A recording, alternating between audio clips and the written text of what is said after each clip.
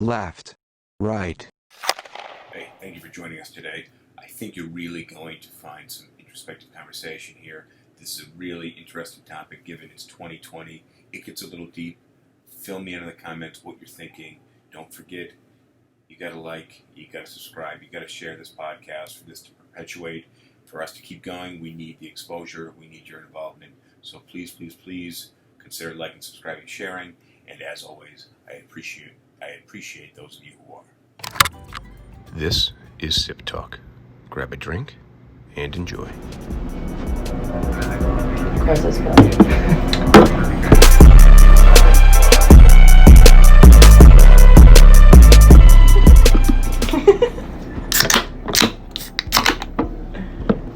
Cheers. Cheers. Cheers.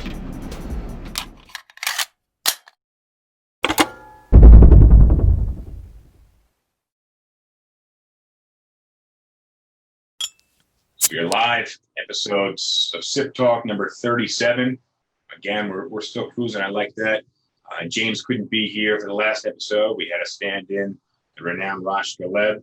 But today we have philosopher, accountant, professional, bartender, and referee, James the Bosniator Boswell. Oh, and today's going to be more of a philosophical episode too. Today is going to be a really cool episode. We're going to. Do you want to? I'll let you introduce the topic here. Well, I think recent events have really brought this to the forefront as well. But today's topic is just going to be the general question of, does anything matter anymore? And I think that there's been a real resurgence of kind of existential dread, and also popularization of existential philosophy out there right now.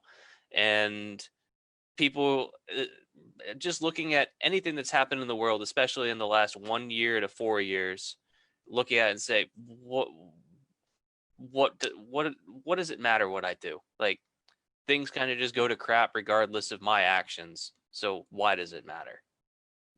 Well, sure. That's an argument against voting, by the way. Well, there's an argument against a lot of things, but it's just a general attitude. I've seen kind of an uptick in people feeling like nothing matters. Real quick, because this is important. Does anything really matter anymore? What are you drinking? I am drinking Milwaukee's Best Ice. For some reason, that matters a lot to me. I'm always really curious what you're drinking down there, and I guarantee it's not cold. This time it is not, no. But for the next episode, I'll probably work on coming up with some kind of a fun cocktail. I just didn't really have the time for it. This week has been in the office. We've been super slammed because partnership and S corporation returns are due on Tuesday, and we had a short week this week. And it feels like a lot of us all kind of put off a whole bunch of these business returns until this week. So we've all been scrambling, myself included. I can imagine. Well, you probably will need a good cocktail next week. Oh, yeah, because next week our episode will be on Tuesday, and that'll be the deadline day. So I've been working hard that day, and a well-earned cocktail is going to be my reward. Will you guys tell us what you want us to be drinking then? I see somebody on TikTok drinking Pinot Noir. It's tough when you guys go cross-platform because I really lose track of who's who. But I'm glad you guys are watching. I'd love for you guys to chime in as to what really matters these days. Does anything really matter these days? I have a theory on this. I gave it a little thought. I read a couple of articles today, New York Times article, some other political articles I skimmed through. But my initial thinking when we started talking about this topic, what does anything really matter now, is that right now it feels like everything matters. So things that don't affect you matter because they're in your face all the time. When you have so much just constant, just this barrage of media about everything that's going on, you instantly assume it all applies to you. And I was trying to explain to somebody, were you at Tamarack during 9/11? Yeah, I remember that day really clearly. I remember it really clearly too, and the days following that, because I think we got out early and then school was closed the following. No, we were still in school, but so it happened. I remember at the time, our principal had a habit of just like making announcements to the entire school that everyone would ignore. And so I remember her coming on the over the PA at somewhere around like 10:15 in the morning, and she starts off making the announcement, and like we all just kind of like, oh great, another one of these.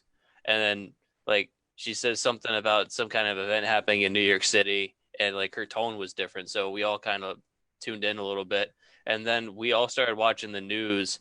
And I remember I had one class where the teacher tried to focus on whatever the topic that we were supposed to be working on was, and just nobody was paying attention. Most classes it was just like the teacher would bring a TV in, plug it in, and we would just watch the news and just kind of be blown away. And the thing that really strikes me about that day is for those of you who didn't live in New York at the time, and I'm not talking about New York City, I'm talking about the general state, but New York City and also upstate New York, it was September 11th, so it was early fall. And I just remember that the weather that day was absolutely gorgeous. It was like partly cloudy, but like mostly sunny, and probably about 75 to 80 degrees with a light breeze. It was just a gorgeous fall day. And then this horrible thing happens. And it was just really hard to process just the juxtaposition there. Bad shit should happen on days with bad weather. Right. That should just be how it works, I feel like. But no, I remember we had to go to school the next day. Like nothing really got canceled, but for people who aren't from New York, a lot of people in Albany will commute to New York City. And so pretty much everybody in the school knew somebody that was in the city and around the World Trade Center or worked in the World Trade Center that day. So even though we're 150 miles away, it still hit us pretty directly. Well, and it was just the whole day was spent watching the news and sharing stories about the people that we knew. And that was really before cell phones were prevalent. Yeah, but it hit me different. I always felt that where we grew up was not a target, not a danger zone, nothing special. It was its own enclave. That what was special about it was that it didn't really matter on the world map. It didn't really matter on the national map. It was a small town, and nobody really seemed to be concerned with it. So I wasn't worried for safety. No. My life didn't change very much as a result of the planes going to the Twin Towers. Obviously, security changed a lot after that. But I remember it hit me in this weird way where I instantly categorized it in my brain right next to Pearl Harbor. Something that happened, maybe an uncle, a great uncle, or somebody I know very loosely might have been involved in it. But it didn't really hit me like a big effect on my life. But you, even at the time, you were well aware that like this is a major event. Major event. I felt bad. I was a bit mournful. But it didn't really affect my life, and I categorized it in a weird place in my mind. And what I want to get into with Does Anything Really Matter Anymore is that how are you quantifying what matters? I was having a conversation. I was trying to find some way to quantify what matters. And now that everything matters in everybody's life, I was trying to explain to someone else what is quantifying.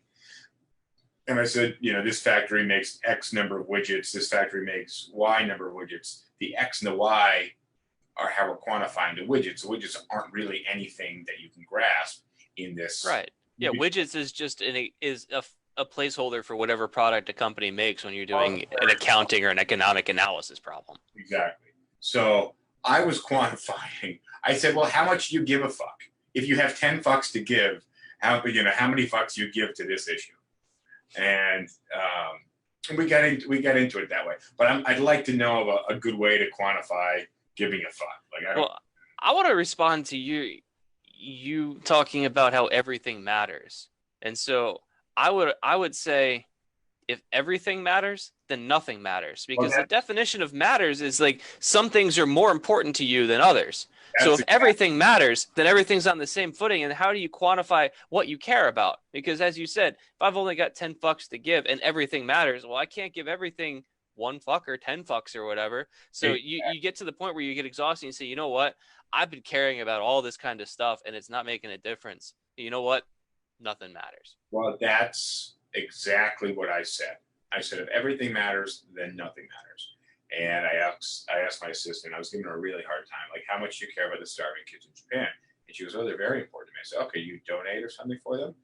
And she said, no. I said, well, like, what actions do you take? And she goes, well, no.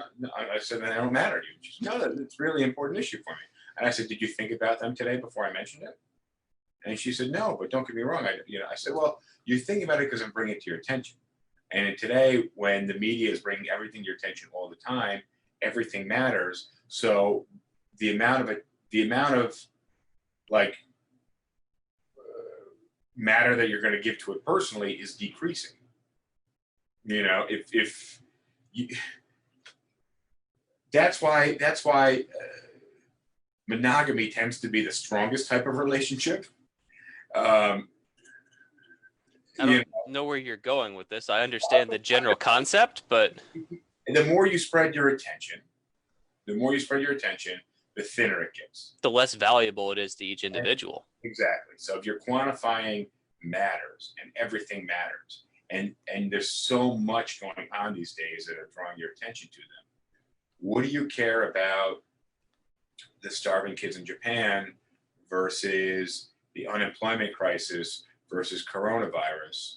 You have to figure out in your life what does matter to you, and that also increases selfishness. Okay, so you're getting really, really close to a core tenet of existentialism. Enlighten me. All right, so for those out there who aren't familiar with existentialism, I think a brief history of the philosophy is important here. So for the longest time, moral philosophy, ethical philosophy was centered around some kind of a religious basis. Is why do we do what we do? Well, it's for God. Whatever God it may be, it doesn't matter what religion you're basing this off of. A lot of philosophy was based in some concept of God, be it Christian or Muslim or like Hebrew, whatever it was, that your fundamental basis of what's the purpose of life, it's to serve God. It's to do what God says. And so at some point in probably the 17 and 1800s, philosophy started to move away from trying to base its rationality on God, where you'd have kind of naturalistic philosophy, which would talk about, well, what would happen if we remove God? And like, just think about humans in like a really common phrase would be state of nature. So it's like, if we remove society, if we remove civilization, what would people be like? And philosophers came to a variety of different answers, but that was kind of the beginning of trying to look at the purpose of human life in the absence of God. And the problem with this is that if you remove God, you look at the history of philosophy, now you don't have a reason for life. You say, well, if it's not God, then what is it? And a lot of people struggled with being able to come up with meaning in their lives without God. And so existentialism is a direct response to the void left behind when you take God out of the equation. And the basic tenet of existentialism is existence precedes essence. So if you think about it, like if you build a refrigerator, it's going to have one thing that it can do. It makes things on the inside colder. And so its design kind of influences what its purpose is. So it has an essence of a refrigerator and its existence proceeds from there. And so before existentialism, it would be God designed man, and man has some kind of an essence and his existence proceeds from there. So essence precedes existence. And so if you remove God, you're removing the essence of man. And so you could say, well, man has no essence, things are meaningless. And the existentialists had to come back and say, well, we have a solution for that. And that is existence precedes essence. And basically that means that whatever you do, your actions kind of determine the essence of who you are. So to your point about well, what are you doing about the starving children in Africa? If the answer is nothing, then that means that that's not important to you. And you can kind of take this in a whole bunch of different ways, but one of the ways that I like, which I don't necessarily believe in, but I think it's an interesting concept, is the concept of absolute responsibility. So not only are you responsible for yourself and your appearance, your success, your failures, and the people that you directly influence around you, but you are also responsible completely for the state of the world as it is right now. So why are the children starving in Africa? It's because you aren't doing enough to fix it. Okay. And the counterpoint would be, well, how can I fix it? And we're like, well, you're obviously not doing enough.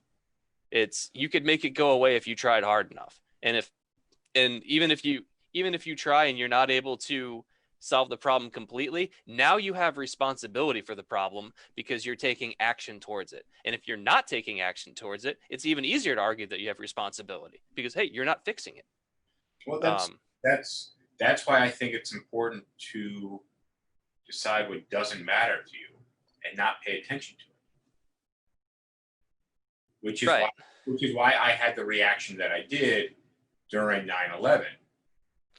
Is that I realized it didn't impact me that much, and I put it in a weird place in my brain that I'm not cool with. I'm not cool with being.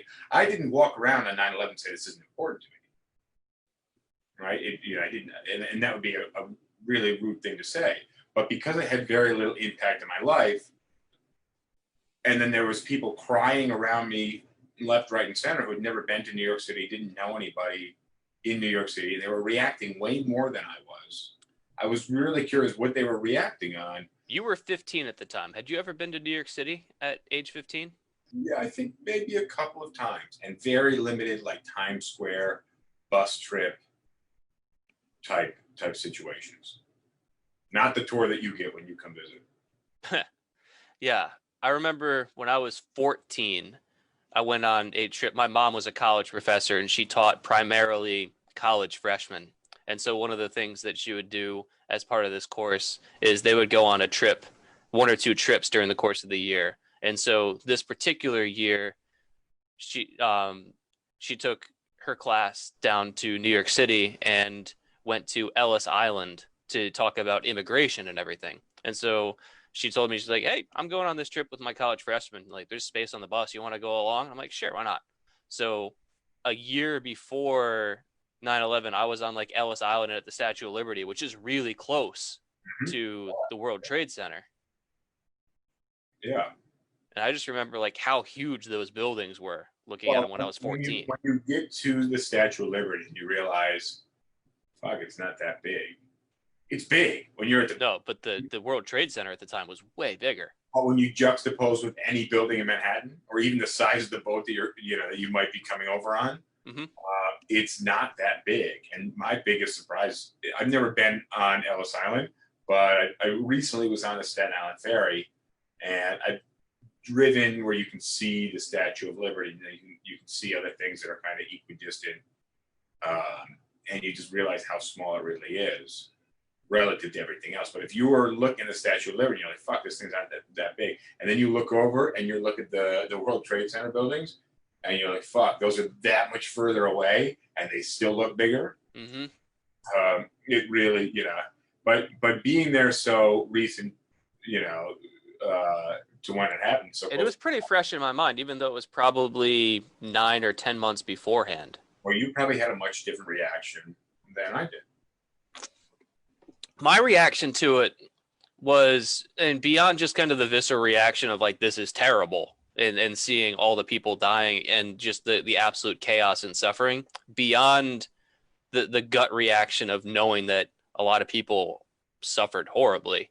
My first reaction after that was, what are the consequences of this going to be? I was trying to figure out, because I remember, I think it was in 1999. Everyone knows who Osama bin Laden is now. But I remember at the time, I knew the name because he perpetrated some attacks on American embassies in Kenya that killed like 200-something people. And I remember thinking, when I saw this, I thought, this feels like some kind of terrorism, and the only terrorist that I knew off the top of my head was Osama bin Laden. I remember that day I was like, this is probably going to get tied to him. And so what are we going to do? I was like, we're going to go to war with somebody over this. And the question is like, what kind of response do we have nationally farther down the line? And that was about as far as I was able to get. I wouldn't have been able to say for sure that it was going to be Afghanistan that we picked or Iraq eventually. I was just like, we're going to end up bombing somebody over this. I don't know who it's going to be. Well, And then I thought, well, after that, what do we do?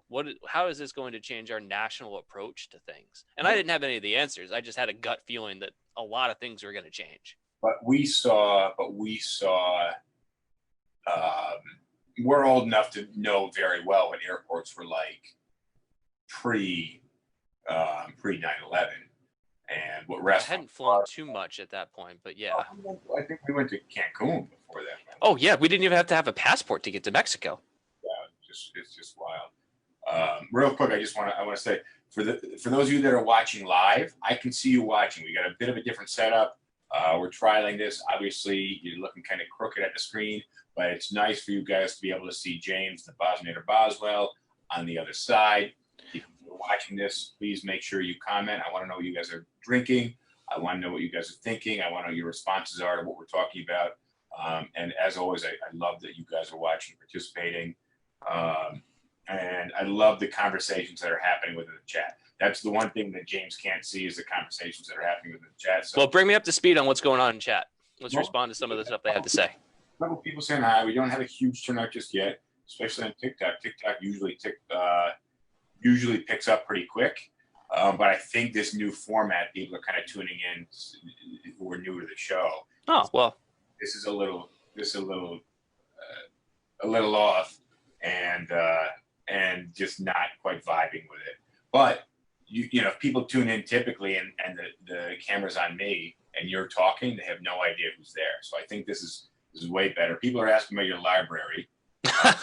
Yeah, it's a better alternative to what the background could be. Otherwise, it would be my bedroom, which is a touch messy.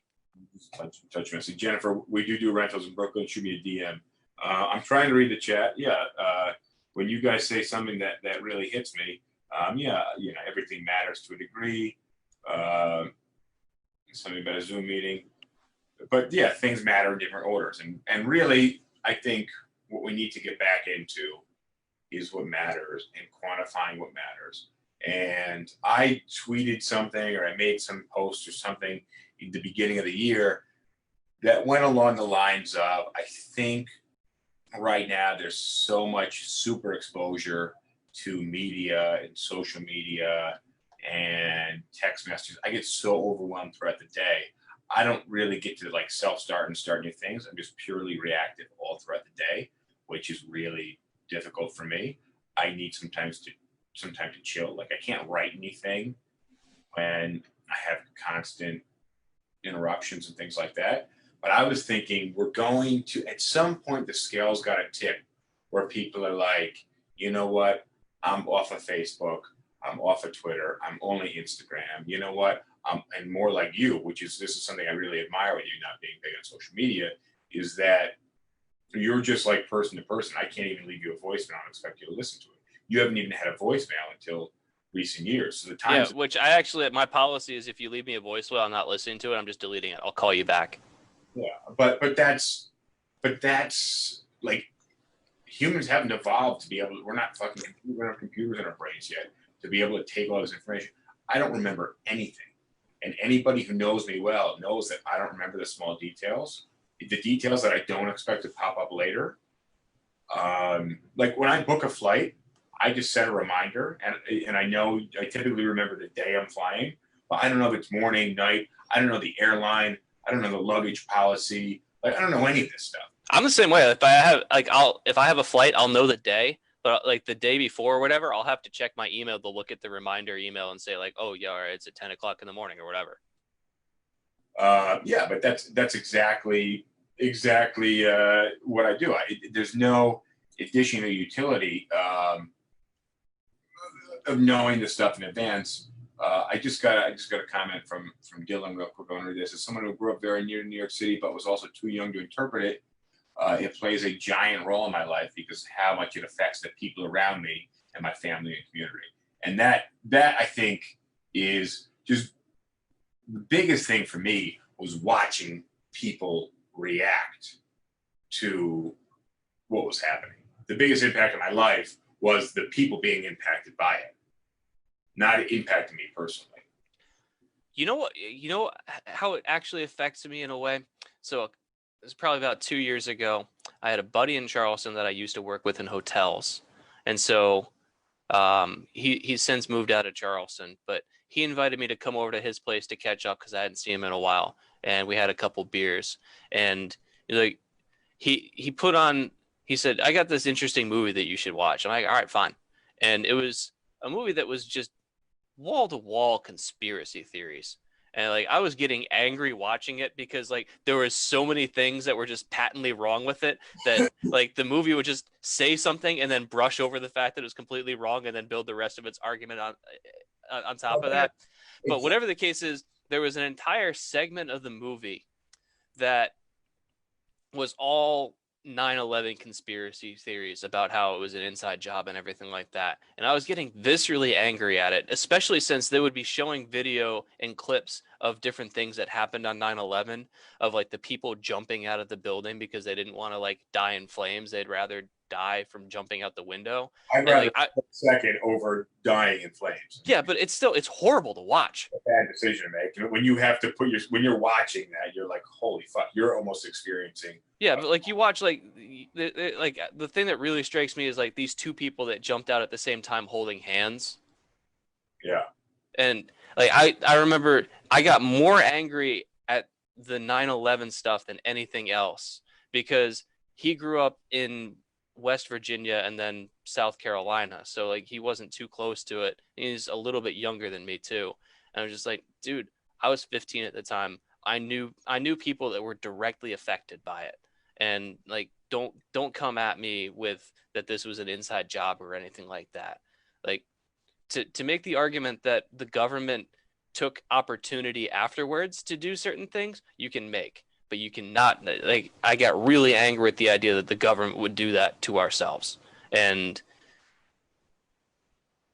yeah, it was weird how much that affected me, how angry I got at the person who made this movie to be making these claims.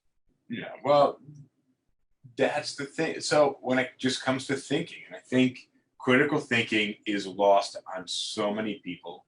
I think, to a degree, we have our schools to blame on that because in terms of prioritizing memorization over analysis. Yeah, but the critical thinking and the scientific method and things like that the scientific method should be taught that should be taught in what's that class for you, like home ec or like humanities class. I never took home ec. Well, and it shows. I mean, I don't think a 12-year-old like baking pies has great class, fun class, but I don't know necessarily that. I think they could have taught some better stuff rather than to sew. I don't know. Maybe that was good. Who knows? I don't know. Well, what I'm saying is critical thinking is lost on a lot, and the conspiracy theories, the flat earthers, and things like that are people who just lack the ability to have critical thinking. And a lot of it I blame also religion, where children are indoctrinated into the beliefs, well, into faith, and believing things that haven't been before they're old enough to really be able to think for themselves. Exactly, where you're just told to blindly believe things and not have to think about it. And then you apply that to other aspects of your life. You apply that thinking methodology to... Well, and also, children will intrinsically trust their parents. Up to a certain age, children will just naturally believe whatever their parents say because it's the only thing they've ever known. And so... yeah, the idea that you can take a child as young as 3 or 4 and start teaching them things, and I'm not going to single out one religion here. I disagree with it across the board. Let's not shit on religion too much. I do believe there's aspects of religion that are good, I'm not telling people not to be religious. I'm saying that it might be irresponsible to indoctrinate children at a very young age. I'm just saying both of us have major qualms with individual religions and religion in general. I don't want to get into that too much, but I don't want to shit on religion because I do think there's a lot of great aspects of religion. We're not going to get into that at all. Like, let's just, I want to make it clear to anybody who's listening or watching that we're not shitting on religion. Fair enough. Yeah, that's not my point. But So, all right, go ahead. But well, yeah, the problem with conspiracy theories though is that they're going to be confusing, like, because it's critical thinking, but turned in on itself. Well, they're confusing the viewer. Because for some conspiracy theories, they'll take a look at an event, and then they'll use some form of critical thinking, but warp it in such a way.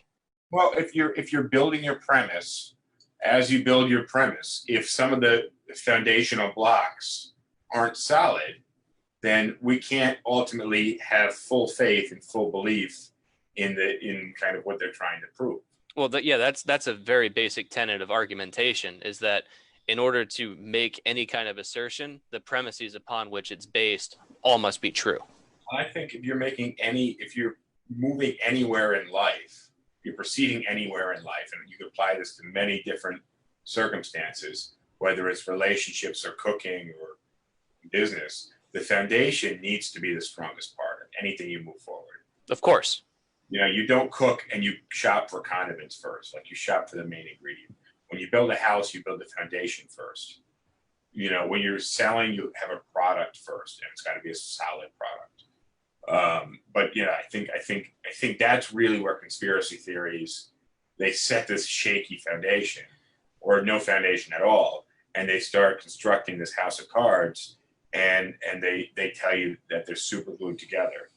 Right. And that's the thing, is that they'll take, if you've got some series of events or whatever, and there's one part of the event that is difficult to explain, they'll seize on that and say, this one key detail you can't explain. And they say, if that's a lie, then all these other things must be lies. So there's always going to be some uncertainty in life, and conspiracy theories seize on that uncertainty to draw ridiculous conclusions.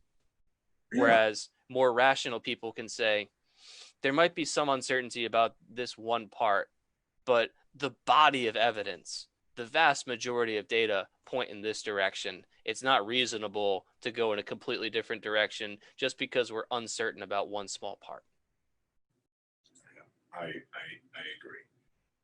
Where are we going with the conspiracy theory thing? You say his friend sat you down and Oh, so we were talking about 9/11 and how it affected our lives, and like every once in a, like, for the most part, it doesn't really affect my life, but every once in a while when it gets thrown in my face, I'm surprised by how I react to it.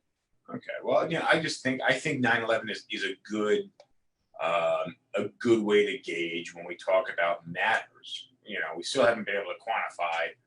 You know, really, the subject is, does anything matter anymore? And I think a big event like that, for someone who lives in rural Australia versus someone who lives in New York City versus someone who lives in upstate New York or in somewhere in Pennsylvania or something, you know, there's varying degrees of how they were affected. But for the people that weren't affected and they're saying that it matters so much, sounds like when I talked to my assistant and she, you know, I was grilling her about the starving kids in Japan and how much it matters. I wasn't aware that Japan had a big problem with starving children. I don't necessarily know that it does, but I just, you know, the big alpha. Well, the answer that you kind of were, that you worked your way very close to, and that existentialism would say, is that your actions show to the world what matters to you. So how much time do you spend on various things? And you can look and say, how do you allocate your time and your energy? And that's what matters to you. So you can back into it, which is, again, existence precedes essence. What's your what does your existence say about you? If, like, how much time do you spend volunteering? How much time do you spend working out? How much time do you spend working? spending with friends and family, playing video games, or whatever else. How much of your time is spent on selfish things? How much is spent on unselfish things? Yeah, And so, that shows the world what kind of a person you are. so let's quantify matters in time.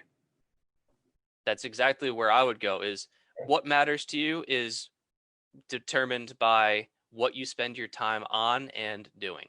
So let me throw another spanner in the works. What if you spend a lot of your time praying for issues? Does that mean they then matter a lot to you? That's a hard question to answer because I think I would say if you're busy praying, then you believe these matters. You're going to devote a half hour praying, then to you something matters a lot. Given your action is a bit different than someone who is donating to the Hungry Kids in Japan Fund. So the question there. Or one more thing, let me just give you another example. Someone who maybe goes on again, I was harassing my sister. I was doing it jokingly, but I'm like, well, what if she said she's going to get dinner and she brought food with her. I'm like, well, what if you threw everything away that wasn't rice and just ate the rice in protest of the starving kids in Japan? Yeah, instead of spending $20 on a meal, what if you spent $5 and donated that $15? Or what I'm saying is in akin to praying, took a certain action, like, not eating meat or something like that. Yeah. So my question there, and this is kind of a dangerous avenue to go down, but I would say, what does prayer do? And this is going to depend on who you ask.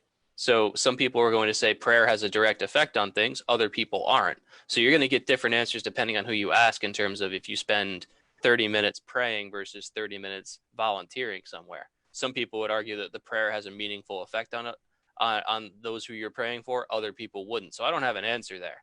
Like, but we're still, I'd rather not give my personal opinion. We're still quantifying in time. Yeah. We're quantifying importance in one's life by time spent on dealing with this topic. Whether they're spinning their wheels and doing nothing, or whether they're actually making a dent in it. And that's the appearance of what matters versus the personal perception of what matters. But also with the general feeling that everything matters right now and everything is urgent and everything's a huge event or whatever, you'll get this kind of overload where people feel like they can't make any change whatsoever. And so there are too many problems for me to solve. Therefore, I'm not going to try and tackle any of them because the world, it's overwhelming.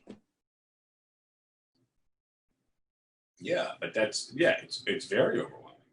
That's why listening, unless you're depending on how much time you spend listening to and consuming information about what's happening,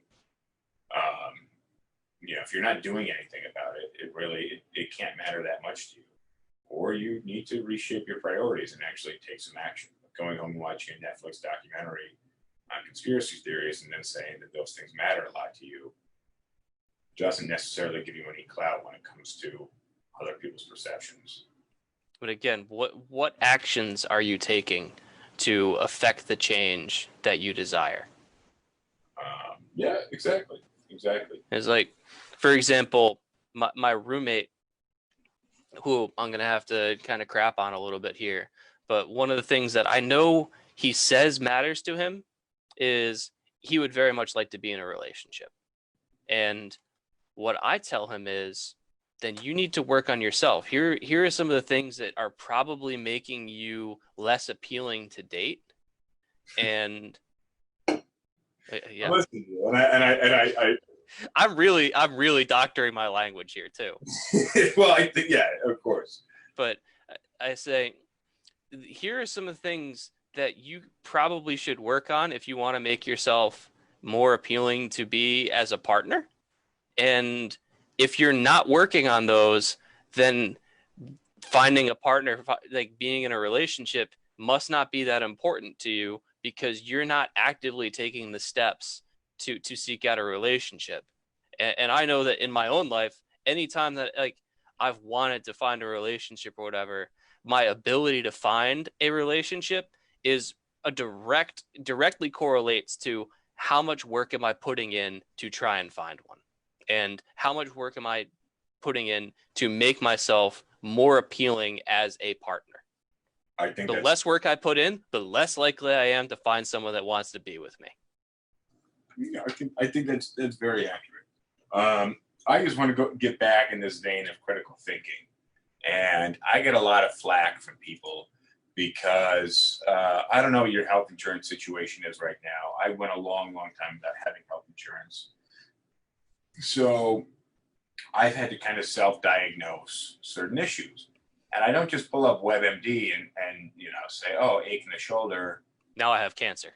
Yeah, it's probably shoulder cancer, which is very common.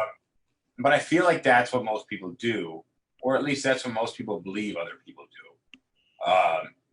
But if I had a pain in my shoulder, what I would do is I would figure out exactly where the pain is. I'd figure out when the pain comes into play, and then I would look at a skeletal muscular ligament, and try to figure out exactly where that is in the shoulder, and I have a pretty good idea.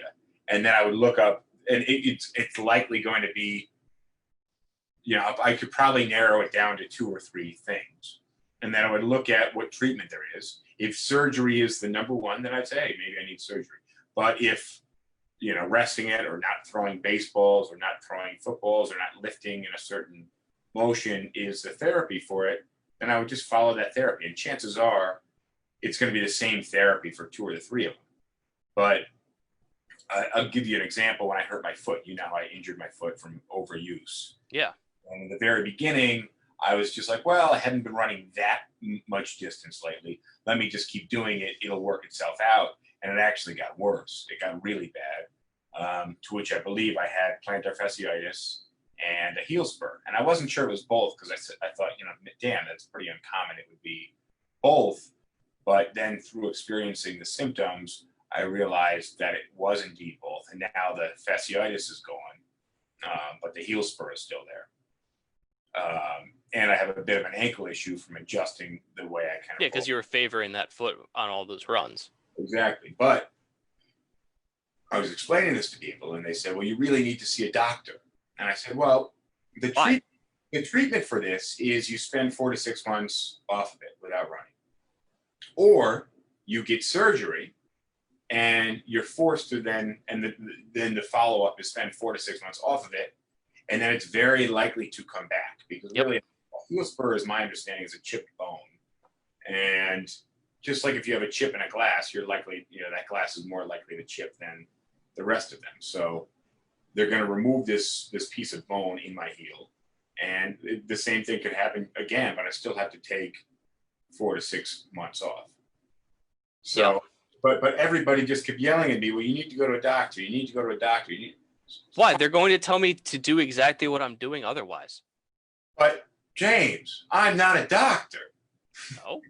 But that was so the answer that I keep getting when I give somebody some type of information, and I'm like, no, trust me, that's what it is. Like, no, but you're not so and so. You're not a physicist or something. Yeah, but I have the exact same response. Like, so I've got a really bad ankle, and from time to time I'll roll it, and I won't be able to walk for a couple of days.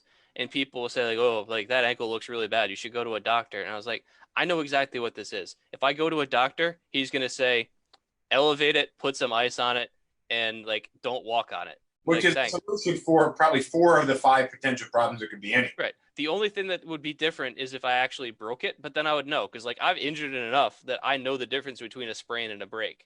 But no, you don't, James. You're not a doctor. Oh, okay. But so like just when it comes to like fixing cars and shit, like I understand I'm not a mechanic, but there's certain basic shit I can do. And there's certain times I say, you know what? This is above my pay grade, which is free. I wash my hands of this issue. I will do it somewhere. But like that's one of those ones where like attempt to find the solution yourself, and then once you realize I'm above my skis on this one, then you go and you find a professional. Like when I rebuilt my computer this spring, I know how to build a computer. I assemble all the parts, and something went wrong with it.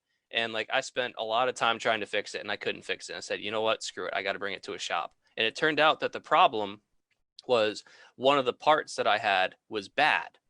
And for the tools that I had no way to be able to tell the difference between a bad part throwing an error versus an installation error that I screwed up. It could have been either one. I didn't have the tools to diagnose it. So when I brought it to the shop, they said, no, you put it together fine. This part's bad. You're going to need to replace it. Had an alternate $200 part, which you weren't going to buy two of, just so you could play around and pull one right, out. but they had the tools to test it, and they're just like, yeah, that particular part's bad. You just need to buy a new one, and you'll be fine. And so I paid the money to the shop because they had the ability to diagnose something that I didn't have myself. Sure, but you also didn't hire the shop to build your computer. No, I tried to build it myself, and then Now, some people would look at that situation and say, well, of course there was an issue, James. You're not a computer technician. Yeah, Why are but you so stupid to do I've this? built them before, and every time I've built them before, it went fine. It was this particular time, like one part was old and had worn out, and I had no way of knowing it. Yeah. It's a critical thinking. It's a critical thinking game that is over a lot of people's heads. And I think critical thinking really needs to be involved when it comes to deciding what matters. You know? Well, yeah. That just kind of comes back to my analysis of what do you spend your time doing? And like take the time some week and just make a rough sketch of how many hours you put to various activities. And then look at that and see, okay, this is what I am as a person this week. Is I spent this amount of time at work. I spent this amount of time hanging out with friends. I spent this amount of time hanging out with my boyfriend or girlfriend. I did these kinder charitable actions. I spent this much time by myself watching TV or video games or whatever. Well, and add all that up, and that's who you are. But this is why I don't worry that much. You know, I bear a pretty high stress load, I think. But James, check the chat. I bear a pretty high stress load, but I don't worry about a lot of stuff because I realize that unless I'm taking action, it's not worth the brain energy. You see where I'm going with that? Like, well, that's you prioritizing the things that matter to you. Well, sometimes when you're worried about something, there's no action you can take to fix it. You know, there's no actions that you can do that are going to have any impact on the outcome of what you might be worried about. So spending the brain space and the mental capacity thinking about it all the time isn't getting you anywhere. Yeah, it would be like if you buy a lotto ticket and then for the next week you worry about whether or not you're going to win. That's wasted energy because as soon as you spent the money and you bought the lotto ticket, your control over whether you win is out of your hands.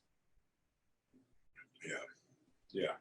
And that's what I tell people all the time when people are complaining to me about issues, or I'm like, what actions can you take? And if they say nothing, I said, then stop worrying about it. Like, if you're worried about the negative consequences of something that is out of your control, then the only actions you can take are going to be to mitigate whatever the fallout is. So there's something you can do to help eliminate your worry is work towards making whatever situation comes out of this event better. Let me ask you, do you think there's a difference between common sense and critical thinking? Yes. And common sense is informed by experience. Whereas both are important. I'm not saying one's better than the other. Common sense is really situationally dependent. And so if you have someone who's never been in a situation before, then common sense might not be able to get them through it. Because if you think about it culturally, and you've been to a number of different places, like an expected action in New York City is different than an expected action in South Carolina versus the DR versus Western Europe versus, I don't know, Japan. So what you have for common sense in New York City might not work for you in a foreign country. of a similar situation is going to have different outcomes because cultural expectations are different. So Right. common sense is going to be informed by experience. And some people are better at being able to draw conclusions from experience to be able to inform their future common sense. So that's where critical thinking comes in, is being able to connect some kind of cause and effect and be able to figure out what needs to be done differently or what needs to be done to achieve that same result. Critical thinking is going to be the ability to assess a situation that you haven't necessarily seen before and derive some useful information from it and be able to inform your actions on essentially new information. And that's where common sense and critical thinking are related, is because if you have common sense, then sometimes you can use that as to act as a shortcut for what the work that critical thinking would have to do. But critical thinking is going to be allowing you to react to any event, but it's going to be slower. Very, very well said. Very well said. But I think if you lack critical thinking, can you think critically if you lack common sense? Yes. Yeah, I mean you can, but you're not going to get very far. No, you can think critically about anything. Think about the classic the classic stereotype of like the I don't know, like the something scientist where like they're super smart or whatever, but they lack common sense. Their critical thinking skills may be amazing, where they can look at some kind of problem or whatever and derive a complicated solution from it. But their common sense in terms of how they deal with day-to-day situations might be really poor. And that's because they're not going to get very far. A lot of these people are not going to get very far in life. They may get a great job, but they may lack in the relationship department. well, right. You know, somebody might have great common sense, great street smarts, and be great in the relationship department, but not be able to get a job. You know, that actually makes me think of my time when I was a substitute teacher. So I spent a lot of time in the special education department, and I taught. The most time I spent was in what was called the resource room, which would be like middle to high functioning special education, where maybe a kid has a weakness specifically in reading or specifically in math. So they're good in a lot of other respects, but they've got this one weakness. So they would come to this classroom and get special attention on whatever area they needed to focus on. And so some of the kids were higher achieving than others. But what I noticed was that even on the kids that I would classify as relatively low IQ, one thing that I noticed was that they were really, really good at picking up social cues. And I think that was something that, because they weren't good at critical thinking and being able to make the higher level inferences of new information means this, they learned how to pick up on how smarter people were able to react to a situation, and they were able to read the room and figure out how they were supposed to react. So social cues were like that I would miss because I wouldn't pay attention to them because I would rely on my critical thinking. Mm-hmm. These kids would pick up on immediately. Well, that's why your sense of smell is better when you're, supposedly when you're blind, or your sense of hearing is better when you're blind, or something like that, is because you're more reliant on others, on some than others. And the same goes when it comes to critical thinking. If you're blessed in both departments, great. Some people have great vision and great sense of smell and great sense of hearing. So that's, some people are extremely smart, very good with critical thinking, and also have tremendous common sense. Yeah, I mean that's very much out there, but yeah, you're that's rare. But they're not. You can have both. You can have one. You can have the other. One may not be better than the other. One may, depending on where. I would say that there's a correlation between the two. Like the higher your critical thinking skills are, the more likely you are to have common sense. But it probably, you get to a certain point where if your critical thinking skills get too high, then you start applying hyper logical solutions to everyday problems that common sense, a lot of times the way we react to things is not in the most logical way, but common sense says, yeah, this is what we do. So you get to a certain point where if your critical thinking skills are too high and too developed, and that's all you rely on, then you start missing the social cues that common sense picks up on. I agree. So look, common sense would say we should wrap up pretty soon before we continue to drink. I'm trying to get to the gym tonight. I want to open this up. If anybody has any questions on live, I'm going to read through some comments right now. we'll hit a question or two, and and then I think we'll wrap up just after that. So if you guys have questions, let me know. We're about to wrap up. So the difference in critical thinking and functioning in society. Being good at one doesn't make you good at the other. A lot of times a reaction things is emotionally based, independent from common sense. Yeah, I think a lot of people react emotionally versus using critical thinking or common sense, but that's based on somebody's history. What's going on TikTok? We got low interaction right now on TikTok, so I'm curious what's going on there. Yeah, you put my video up and all of a sudden people lose interest. Who knows? I really believe it's the format that we're using right now, where we're kind of doing a screen record, but not an actual screen record. Let's see. We got some comments about beer, Heineken being preferred over the Bud Light. When Raj was here, we were drinking Heineken, and we were trialing Heineken Zero. I'm not a fan of Heineken. I'm not a big fan of Heineken either. But the Zero was zero alcohol. So what's the point? Andres got a pack of Heineken. He opened it up, started pulling some out, and they said zero on it. So he brought it back to the place. He's like, what the fuck is this? And he goes, oh, you get 4 bonus cans of Heineken Zero on top of your 18 pack. So you great. So I can get drunk. I can get not drunk with more of them. Yeah, exactly. But like I tried to make it at the gym last night, and I got there at 8:30, only to find out they closed at 9, which was probably ultimately perfect because I've been so sore. I've barely been able to move since last week. I hit the gym on Friday and Saturday, and then I could barely move because I haven't worked out. I haven't lifted real weight. I have some dumbbells at home. I can do some push-ups, but I haven't lifted any real mass since the gyms before they close. So we're gonna learn. We may do live streaming YouTube. We got a comment about doing live streaming on YouTube. What about Twitch? We could also look at Twitch. We do Twitch. We could also do Reddit. The Reddit stream would be pretty cool. Reddit live, yeah. Yeah. But look, guys, I'm going to wrap up. Yes, Lisa, I'm also very happy the gyms are now open. I'm going to hit the gym. I don't know what you guys are doing for the rest of your night. If you're not hitting the gym, I think you all should crack open a drink, enjoy, watch some past episodes of SipTalk on YouTube. You should subscribe on Apple Podcasts, subscribe on Spotify, anywhere you can find an audio podcast. We are there. I spend a lot of time editing the podcast so that you don't hear me say fuck so much, or at least in the case of the last podcast.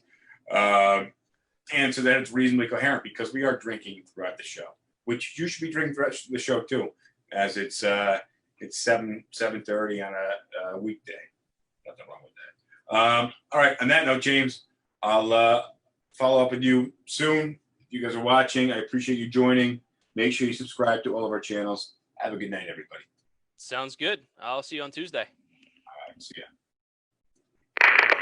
For those of you who've made it this far, I appreciate you joining us for the ride. I'm hoping that you joined us with a drink. If you did, congrats. Hopefully you're sober enough to hit the like button and to share and to rate this podcast. And if you feel so inclined, leave some comments. I love you guys. Thank you for joining. See you soon.